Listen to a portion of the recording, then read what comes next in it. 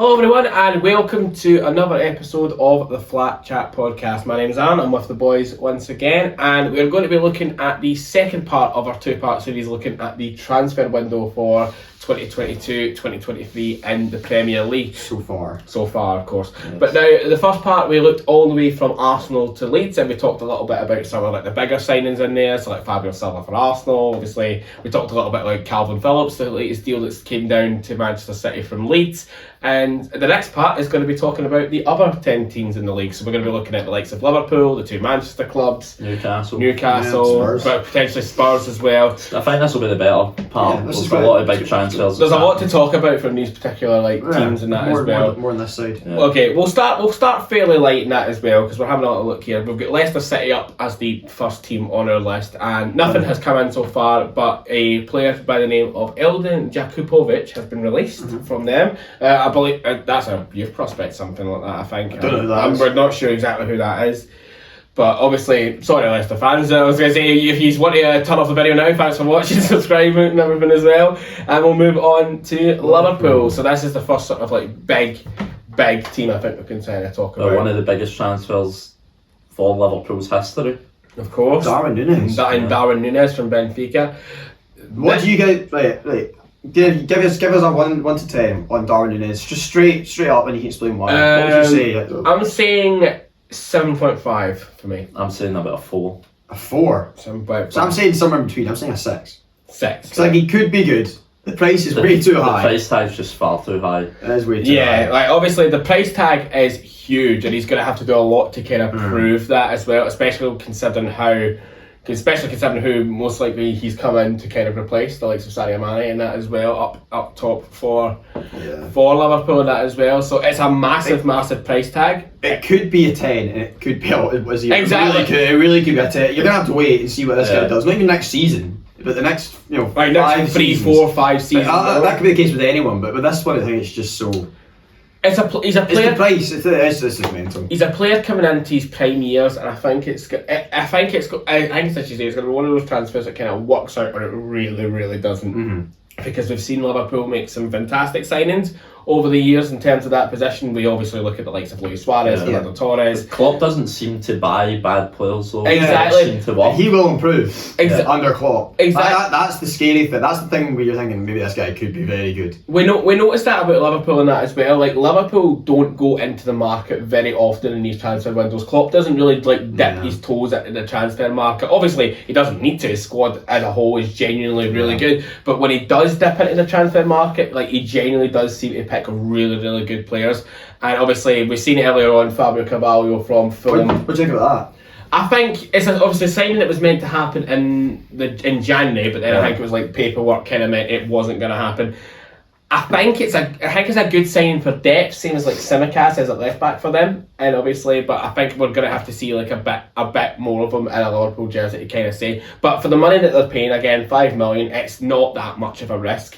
Yeah. And same with the next one, which I think is something that could be really, really, really good. That's a good player. Very good player, Calvin Ramsey from Aberdeen for $4 million.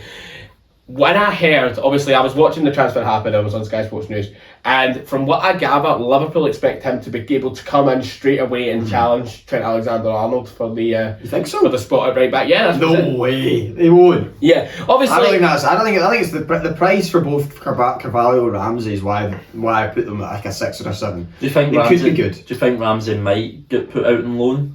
Maybe nah. I don't think he'll get put out on loan yet. I think Liverpool do want to show that they do believe in him. I think not. Well, think about it. When Trent didn't play for Liverpool, he played a lot of games. Who was coming in? Joe Gomez as well. Yeah, but they're not actual right backs. Yeah. That's probably what they're doing here. They're having him in as a back, and he could be really, really good. He could be better than Trent in a few years' time, but that's just, that's an outrageous thing I've just said. I just don't think he right. Speaking as someone obviously that watches Scottish football, as a Celtic fan, that as well. I did not like playing against Calvin Ramsey. Is he good defensively? He's good defensively. Is it better defensively than Trent? Maybe he could be. He's a very, very good defensive-minded player. Obviously, with him being so young, there's still mistakes that you can kind of iron out of his game. He's only 18. But see, in terms of defending, I thought he was really, really good. His set pieces are amazing. I remember a game up in Pittodrie when he was playing against Celtic. He whipped in brilliant cross after brilliant cross. And I remember just watching Greg Taylor just kind of like starting to flap, and you're sitting there thinking like, oh fuck, here we go. But obviously, if it was up against the likes of Juranovic, then that might have been a little bit of a different story. But obviously, he's not a left back, so we'll never know. But obviously, good money for Aberdeen as well. Very good. I think it's rising to like 6 million with add-ons on it as well. Like, that's decent money. I think it's about time. Obviously, the Scottish League started charging this kind of money for like, their prospect players, because obviously they know England have the money to pay it. So obviously, and they see Scotland as just the cheap, exactly, decent player that they can go get instead of forking big money for Premier League. Exactly. Players. Whereas obviously Scottish clubs like Aberdeen, Celtic, Rangers now are actually starting to put decent money on their players, and it's forcing like the English clubs to have a little bit. I think Portugal and Holland have had an impact on that, because they've started look at Nunez, 86 million. And even if you're looking at as well, like, obviously this is a rumour transfer, but like Anthony to Man United and that as well, Ajax will command a massive fee for him, and that's right. Yeah. And obviously the summer sales, the likes of Origi, club legend again, moment of silence. What about this one? Where are you marking this? This is the biggest transfer. That's a 10 out of 10. That's a 10. It's got to be a 10. That's a minimum 9. I mean, it's minimum. It is a 10. That's a minimum 9. Erling Braut Haaland from Borussia Dortmund to Manchester City. I can't wait to see that. For 50 million, that's robbery. It is 50 million, but it's actually a lot more. It'll be about 150. And when it's all done and dusted, it'll be. It doesn't matter though. The fee for Haaland is just that good. It's like Darwin Núñez could be really good. This guy we know is very good. He know he'll score. We just don't know how many it'll be. That's the big difference that as well. Like obviously everybody compared like the Núñez and the Haaland transfer. Núñez might be good in the Premier League. We know he's going to be good in the Premier League. Of course, he has been good everywhere he's been. Since he started in Norway for Molde, then he went to Salzburg, then he went to, and of course he went to Dortmund, and now he's here at Manchester City to be their focal point and their number 9. And that is one of the two positions I think Manchester City really need to start like dominating this league. Like they need for a good 4 or 5 years. For a good 4, 5, 6. Position? I'd have said left back. I think that's the only. Obviously, I rate Zinchenko. I do rate Zinchenko, but I think obviously he's not a left back. He was a centre attacking mid when he came to Man City. Exactly, and obviously you don't want to constantly rely on Cancelo to bail you out both left and right back and that as well, because that can pose its own problems. I think if they can keep Cancelo at right back, keep him saying right, Joe, you are a right back, you do that, and then they get a left back in to sort of take over that particular side. I think City will be like, player for player, the most solid team in the league. I mean, they already are. They already are. Yeah. But obviously, they'll be even better with the likes of a left back signing. And obviously, how many goals do you think Haaland will score this season in the league? In the league alone, I think 25. League alone, I think 25 as well. I'm gonna say. I think that's crazy. It still sounds crazy for a player to come in straight away and score that, but it's Haaland. Like exactly. Chances to get. He's got 25. Even if he gets a big injury, I don't know. I'm gonna say 27. I think he'll. He might not start. Oh, well, obviously the bottom end for the kind of money you'd like to think he'll be starting every game. Do you think he'll take penalties for them? No. Do you think he'll still be Mahrez or De Bruyne? I think so. And I don't think it's all about next season. And I think next season could be a struggle. He could struggle to find his feet. We never know. Yeah. I think it's more he's going to find his feet at some point, and I think it's more. I think the way he's going to break records will be in a couple of years. He's going to find his feet at some point, and it's going to be absolutely. I mean, we're seeing that, and all of us predicted 25 plus goals in the league. But I mean, it might not. He might get 15. It might have a struggle. He might not get. I think obviously in the likes of the Champions League, he's going to thrive in that as well. I think obviously he already thrived for Dortmund in that as well, but.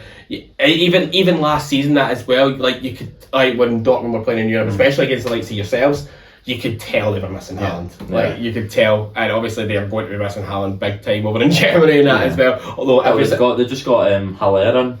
Of course, they've signed Adeyemi as well from so they've got replacements. Man United, zero, none. But where I'm looking at that in terms of Man United. They're starting to get rid of like a few of the Deadwood and the bad actors. That's what I think it is. The bad characters they've got. The first one, Paul Pogba, he needed to go. Like he really needed to go. On his day though. On his day, On his day.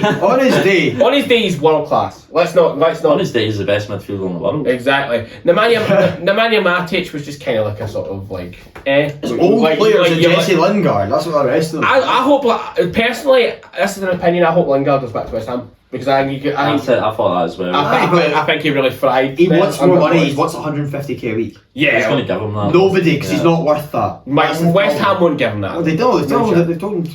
And obviously, and then there are two genuine like sad losses for the league in that as well. And here I think in the likes of Cavani and Matt. Matt was always a great player in his game that as well. He's way past it. Yeah, a lot of these players you can say they're past it. Yeah, and Cavani as well, solid player always. They need to get some signings in. Right, Newcastle. Now there are a couple of signings that are not mentioned on this list. They've agreed a fee with Leo for Botman. They've signed Nick Pope from Burnley. Yeah, that's a good sign. I think that's an 8. That's an 8, man. I've got a good keeper. I mean, Dubravka's alright, but he's he's definitely not as good as Pope. I think Pope's probably a top 10 keeper in the league. Considering Pope is. See how he does at Newcastle. Yeah. Considering Pope's usually in and around the running for the England squad every time. He was too good to go down. Yeah. Far too good to go down. Yeah, like that. He's probably Burnley's best player. Exactly. No, he was. Outside that spell for Weghorst, then Weghorst was terrible. Exactly. I had a spell elsewhere. I think this is a good signing as well. That's alright. I think it's alright. For me, that's a 5 to be honest. For me, if I'm watching Newcastle, I'm not looking at like individual signings. I'm looking at how they choose to recruit that as well and how they choose to build that team, because considering the takeover they had with the Saudis as well, it would have been very, very easy for them to go out and just start spending ludicrous amounts of money on ludicrous players. The biggest sort of signing that they've made, well, they're about to make so far, is Botman for 30 million from Leo. I don't know enough about him. I don't know. I think he's a good ball playing good ball playing That's what I've heard anyway. Yeah. And I've watched him, not paid any attention to him really. Good ball playing centre back will probably be most likely or not in the sort of discussion for the Dutch squad and that as well now. Yeah. So hopefully, but I think the way that Newcastle have gone about it deserves a little bit of respect. Right now, I'm thinking a 6, 7 maybe. Yeah, exactly. We'll see. I've heard anyway. That's probably what I'm. We'll see how it could be really good. You don't know. We'll see how they go. Forest none. South. They have. I think they have signed somebody from Union Berlin.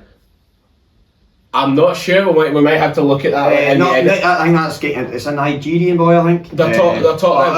We don't really know. Again, we don't really know enough about him. And they're talking about Dean Henderson on loan from Man United. So it's fair enough. So that would be decent. I think. So he's a good keeper. Solid keeper to try and keep. He's not as good as De Gea, but like Again, Southampton signings. I genuinely don't know any. Who is he? And how have they got 12.6 million for him? Bazunu, he is German, maybe. No, that's Kotchap. That's Kotchap from Bochum. I don't know any of these players, so I can't. They could be good. They could be bad. Sorry, Southampton fans. No, we're going to find out about them as the season goes. If they're spending 12 and 9 million on a player, they must be alright. There must be some kind of. He plays for Germany under 21. This boy. It's number 5. Good young prospect then. So and obviously Southampton, Fraser Forster to Spurs as a backup. And speaking of Spurs, obviously the big name for them is obviously Perisic, but I'm looking at Bazuma as well for 25 million. That's a 9 out of 10. It's Man United fans, Arsenal fans, Chelsea fans, all fuming about this. Why on earth have they not gone in? I mean, we know why. They didn't want to risk it in the case court he got case. the jail. Yeah, because he gets the jail. He's still good, but even as still, footballers, they probably won't. Yeah, he'll be alright. He's untouchable, isn't he? That's just the way it is these Yeah. days. But 25 million for him. I know obviously they had the court case. I think if he gets away with it, wherever I don't even know what he's done, to be honest. Aye. We'll just leave it at that. We'll leave it at that, yeah. Aye, if it goes his way or whatever, that is very, very good business for Spurs. And I bet again. Sorry, I'm sorry to interrupt you. That as well. That's all right. Very, very, very good business for Spurs. I think Perisic's a 10. Who? Perisic. It's not a 10. I think it is. It's an 8 or a 9. Perisic is a strong 9. Aye. I think Perisic is unbelievable. He's good, but I think the good thing about he's good, but the way you're reacting to him is if oh my god, they've signed Haaland. I think the good thing about it is he's free. That's exactly. It. And but he's not a 10. It's also experience they need, and he's a winner. Yeah. No, it's a good signing. It's not. If we're saying Haaland's a 10, no, but if you take everything into consideration, I know it's not free. 10. No. It's not. Like it's got to be the best. It's got if it's a 10, it's got to be the best. That is very good. I think Bissouma. I would rather Arsenal say Bissouma than they did Perisic. Bissouma would suit your system, whereas Perisic wouldn't. Perisic is a perfect player for Tottenham. I get what you're trying to say. He's the player that I think they're both 8. I think they're both 9s personally. I don't think either of them are 10s. Tottenham really needed that player that can play left wing back and right wing back. They've got Perisic in. He is the perfect player for them in that position, which is a 10 because he's free, in my opinion. Of course. I see where you're trying to come from. I just don't. I think they could have got a better. I mean, who would you rather have got? Kostic, but then you have to pay for Kostic. You're getting a player that's not 34. Yeah, but I think Perisic is better than Kostic. I know, but this is good for 1 season or so, or 1 to 2 seasons. Kostic is going to be good for 4 or 5. He would have cost him about 12 to 15 million. That's what they were saying. That is a better signing. That is near a 10 than I think he's a 9. I mean, I'm saying a 9. I'm not saying a 2. Two cents from me on this one as well. I agree with you that it's a fantastic signing for Spurs because they need that sort of experienced player that knows how to win things. And obviously Gareth Bale, we don't know how much they potentially looked into that after the loan spell.